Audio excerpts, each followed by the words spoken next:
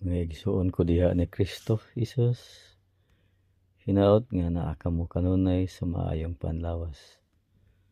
Mga igsuon, ang atong nasod nga sa Pilipinas nagatubang sa delikadong sitwasyon.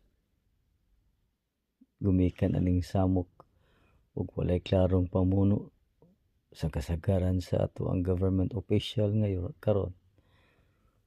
Labi na sa presidente nga sumala pa nga taga USA, controlled by USA, under sa asawa. Gikontrol karon halos tanang agency sa panggobyerno. Ilahang gusto kontrolin ang tanang departamento sa gobyerno. Corruption nga mura gusto nilang